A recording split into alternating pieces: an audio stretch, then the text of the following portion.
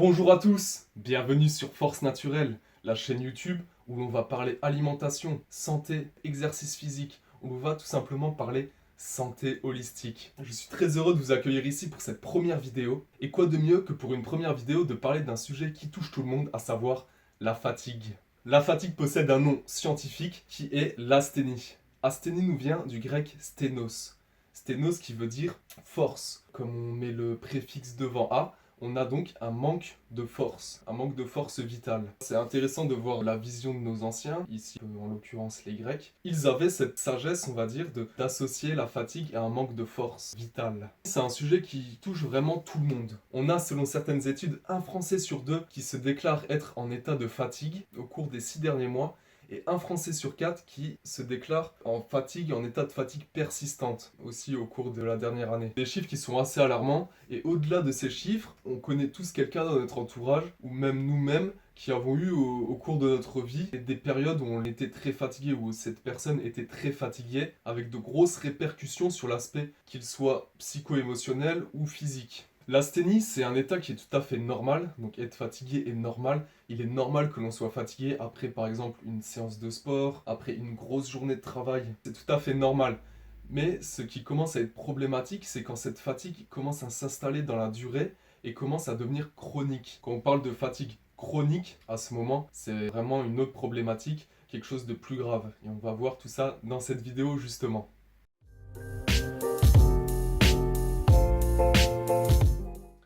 Alors dans cette première grande partie, je vous invite à ce qu'on regarde ensemble les différentes causes de l'asthénie. L'asthénie possède en effet plusieurs causes. On va ici les lister de la cause la plus pertinente, la plus importante, à la cause la plus accessoire, si on pourrait dire, à la plus petite. En premier, nous avons un manque de sommeil. Pourquoi on est fatigué? Parce qu'on dort mal. On ne dort pas suffisamment et on dort mal. Le sommeil est vraiment quelque chose de très important. C'est un outil gratuit, c'est un outil que tout le monde possède, mais c'est aussi un des outils les plus négligés. On a beaucoup de difficultés à bien dormir justement dans notre société moderne parce qu'on a énormément de facteurs qui vont influer sur cela. On a par exemple les écrans, la lumière artificielle, le rythme de travail. On doit parfois se coucher tard et se lever tôt, on a des obligations. Et tout ça, petit à petit, va commencer à être problématique. En second plan, on pourrait citer la déshydratation. Tout comme le sommeil, l'hydratation est quelque chose qui est sous-évalué, quelque chose qui aurait à gagner à être vraiment plus pris en compte, plus respecté.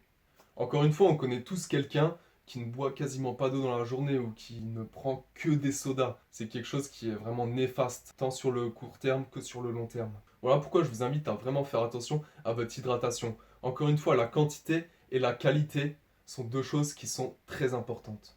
En troisième point, on pourrait citer l'alimentation.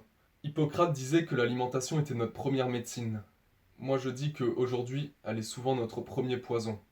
En effet, que ce soit les polluants, que ce soit simplement les plats préparés, qui sont tout à fait abjects, ou même les légumes bruts, conventionnels, qui sont blindés de pesticides, de nanoparticules. On a tout ce qui est colorant, conservateur. Tout ça, on sait aujourd'hui que c'est néfaste, que c'est cancérigène.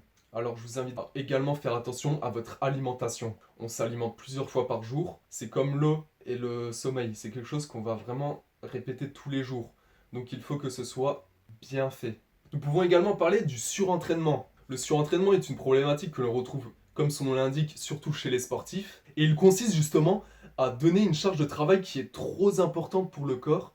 Et ce dernier ne va pas être en mesure de s'adapter et d'évoluer, mais il va au contraire régresser, s'abîmer et à terme se blesser. C'est une problématique que nous allons aussi aborder dans cette vidéo. Nous pouvons aussi citer la consommation de stimulants, avec en particulier le café. Le café doit être la drogue la plus consommée au monde. On oublie souvent que c'est une drogue. Je suis consommateur de café, donc c'est quelque chose que je ne condamne pas. Mais j'estime qu'il y a certains principes qu'il faut respecter pour justement bien consommer et avoir tous les avantages sans les inconvénients ou avec le moins d'inconvénients possible en consommant cette boisson. Et nous avons le manque de mouvement. Nous avons cité le surentraînement qui était un surplus de mouvement ou un mouvement mal adapté ou un mouvement mal adapté avec une sous-récupération ensuite. Une problématique tout aussi moderne est le sous-entraînement. Autrement dit, la sédentarité. On a aujourd'hui énormément de personnes qui sont sédentaires et c'est un véritable fléau. Tous ces facteurs favorisent l'asthénie. Ils favorisent un état de fatigue. Nous allons voir maintenant dans une deuxième partie les conséquences de l'asthénie à court, moyen et long terme.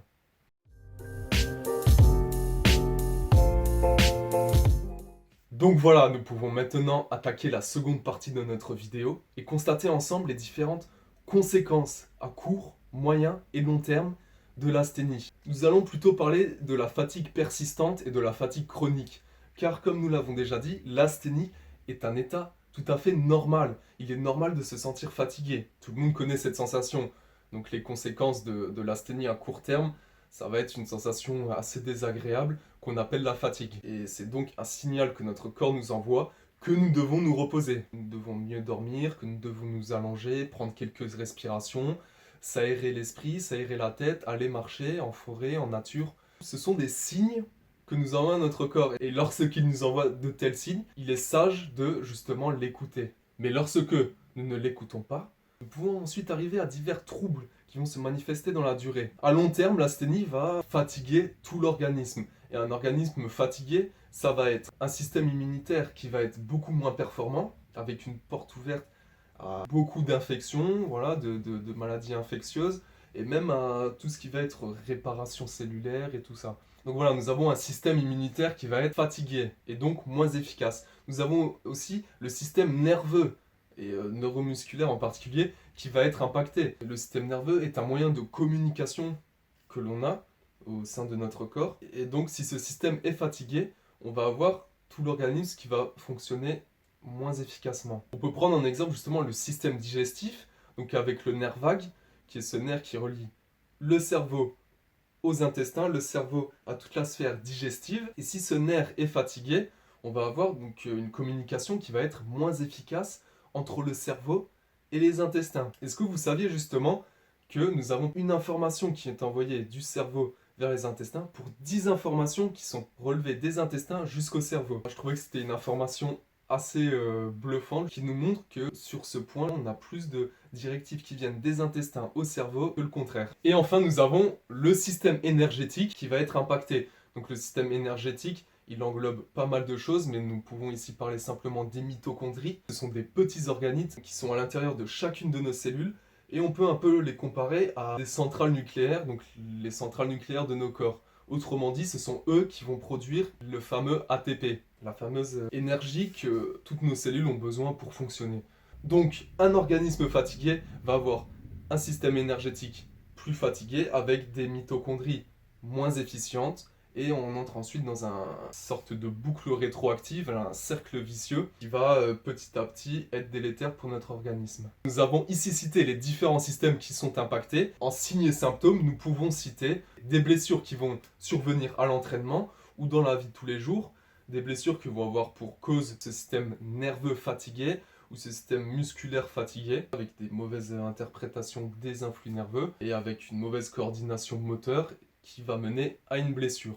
Nous avons également beaucoup d'infections, comme nous l'avons déjà vu, des problèmes digestifs, à savoir des difficultés à digérer, des difficultés à absorber, à assimiler la nourriture, à l'éliminer également, grosse problématique. Et nous avons aussi énormément de problèmes dits métaboliques. Nous pouvons voir que ce soit à moyen terme ou à long terme, un organisme fatigué va être un organisme faible, un organisme qui est sujet aux infections, qui est sujet aux blessures, qui ne va pas fonctionner correctement. C'est des conséquences tout à fait dramatiques. Et à long terme, nous allons avoir donc non pas des maladies aiguës, mais des maladies dites chroniques qui vont venir. Donc c'est-à-dire des maladies qui vont durer dans le temps et qui ne vont jamais partir. Ces maladies sont extrêmement dangereuses et sont le fruit de notre civilisation décadente, si je puis dire.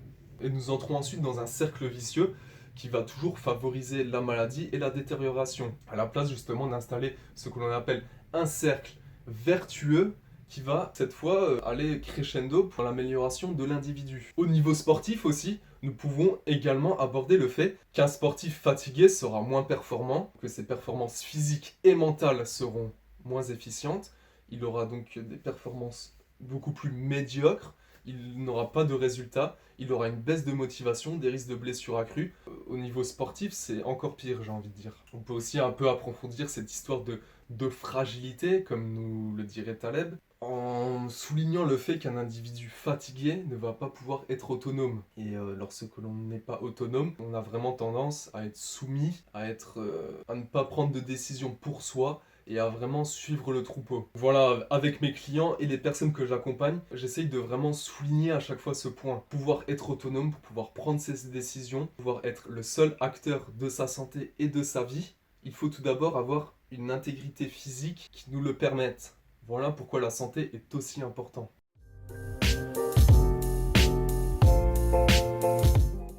Je vous invite maintenant à voir dans une troisième et dernière partie quelques solutions, quelques pistes holistiques et naturopathiques qui vont nous permettre de justement lutter contre cette fatigue. Alors si vous êtes un petit peu familier avec la naturopathie et toute cette approche naturelle et holistique, on peut dire qu'ici la santé n'est pas une affaire de traitement de symptômes et de signes. Ils sont certes pris en compte, mais on va s'intéresser aux causes profondes. Les causes profondes, nous les avons déjà vues dans la première partie, donc maintenant, ce que l'on peut faire, c'est trouver des solutions pour corriger ces causes et ensuite adopter vraiment une base saine à notre hygiène de vie. Pour le sommeil, je vous conseille d'adopter des horaires fixes, c'est la première chose. Donc des horaires fixes et qui sont calqués sur les rythmes du soleil. C'est-à-dire que l'on va se coucher un petit peu après, voilà, en hiver c'est assez difficile, pardon, mais on va se coucher un petit peu après le coucher du soleil et l'on va se lever avec le lever du soleil. On a beaucoup d'études récentes qui soulignent justement l'importance de voir le lever du soleil et de sortir dehors entre 10 et 20 minutes pour voir cette lumière du soleil. Cette lumière du soleil, qu'est-ce qu'elle va faire? Elle va stimuler donc toute notre horloge interne qui va sécréter ensuite du cortisol. Le cortisol, on le diabolise souvent, mais c'est quand même une hormone qui est très utile, c'est l'hormone qui nous fait bouger. C'est l'hormone qui va nous mettre en éveil. L'antagoniste du cortisol va être la sérotonine. Cette sérotonine va, elle, au contraire, nous faire nous endormir. Donc le cortisol nous éveille et la sérotonine nous endort. Déjà, si vous vous calquez plus ou moins sur le soleil, vous allez avoir un nombre d'heures qui va être correct. Moi, ce que j'aime bien conseiller, c'est une base de 8 heures par nuit. Par exemple, je me couche à 10h30 et me lève à 6h30. Les conditions de sommeil sont également très importantes. Je vous invite vraiment à y prêter attention. Par exemple, il faut dormir dans le noir complet. Parce qu'encore une fois, la lumière, tout ce qui va être lumière, va stimuler la production de cortisol. Et on ne veut pas de cortisol lorsqu'on dort. On veut du cortisol justement quand on se réveille. On veut de la sérotonine quand on dort. Pas de lumière, pas de bruit. Il est également important de voir ce que l'on va faire au moins une heure avant le coucher. Une heure avant le coucher, est-ce qu'on est devant des écrans, une lumière artificielle qui va stimuler la production de cortisol, ou est-ce qu'on va justement faire des activités détente, comme de la lecture avec une lumière chaude, une lumière de bougie par exemple, ou de la méditation, une activité de relaxation, des étirements et tout ça, une petite rétrospection sur la journée, pourquoi pas planifier la journée du lendemain, ce sont toutes des choses intéressantes que l'on peut faire le soir. Nous pouvons maintenant parler de l'hydratation, qui est aussi un facteur très important. Comme je vous l'ai dit au début de cette vidéo, les gens n'y prêtent pas attention, mais c'est un facteur très important. On peut déjà parler de la quantité. Combien boire par jour? Là aussi, il y a une astuce assez simple qui consiste à multiplier son poids corporel, donc en kilos, on va le multiplier par 0,033.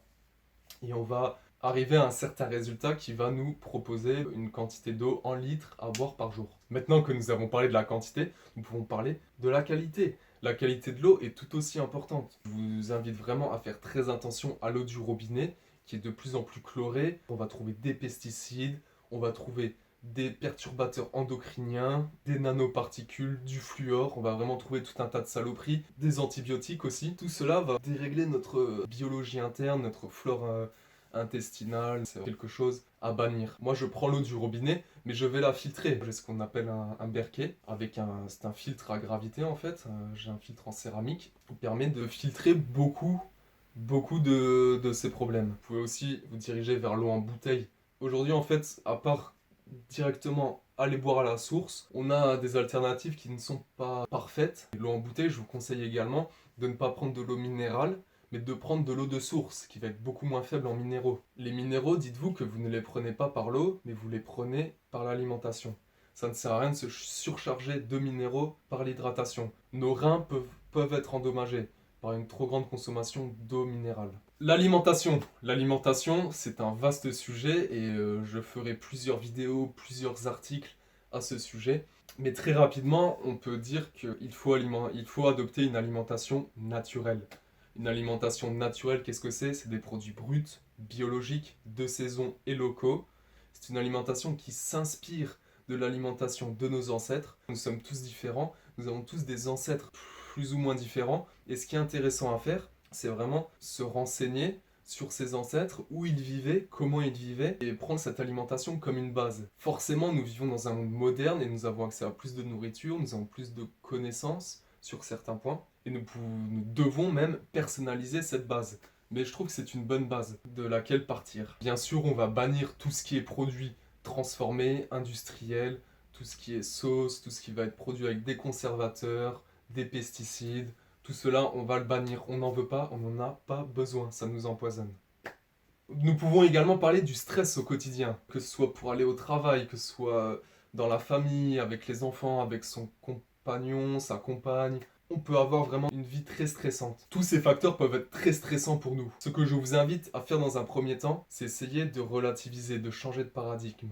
Si une chose vous embête, je vous invite à prendre dans un premier temps un peu de hauteur et de relativiser sur cette chose. Et si une chose vous embête vraiment et que vous sentez que cela influe sur votre santé, je vous invite à changer, opérer un changement dans votre vie. Soit vous changez de paradigme, soit vous changez vous-même, vous changez votre environnement. On a certains facteurs qui nous sont imposés. Si on habite en ville, ça va être le bruit de la ville. De toute façon, on a toujours des écrans devant nous, où qu'on aille maintenant. Ce sont des choses qui nous sont quand même plus ou moins imposées, si on veut vivre dans le monde moderne. Mais nous pouvons le limiter. Pourquoi ne pas limiter son temps devant les écrans, surtout le soir, mais même dans la journée, de 1 heure? 1 heure par jour, ce sera déjà ça. Si vous êtes stressé en allant au travail en voiture, essayez de vous mettre une musique détente ou un podcast pour apprendre quelque chose. Et encore une fois, l'autonomie, c'est prendre la responsabilité.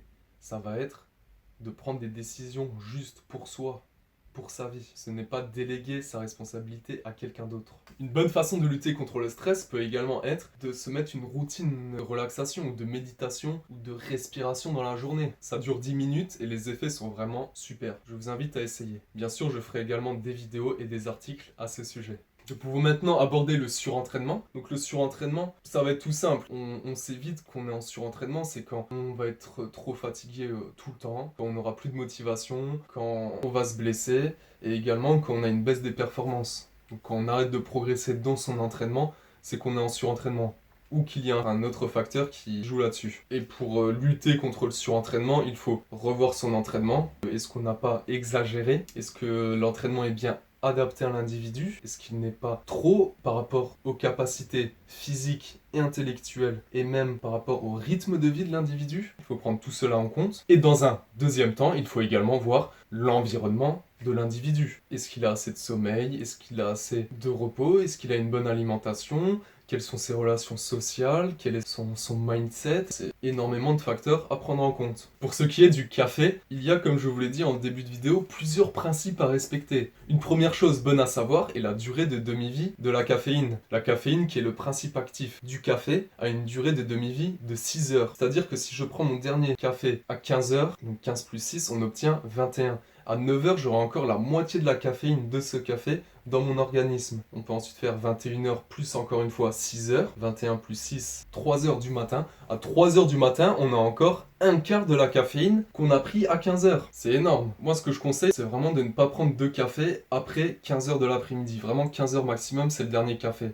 Ensuite, on n'en a plus besoin. Ensuite, on n'a plus besoin d'être stimulé. La quantité de café est bien évidemment un facteur tout aussi important. Je vous invite à ne pas prendre trop de café dans la journée. 2 tasses, c'est raisonnable. Il n'y a pas besoin d'en prendre plus. Si vous avez besoin de plus de tasses de café dans votre journée, c'est que vous avez une autre problématique. C'est que vous êtes en fatigue persistante. Et justement, on est en train de voir tous les outils pour ne pas être en fatigue.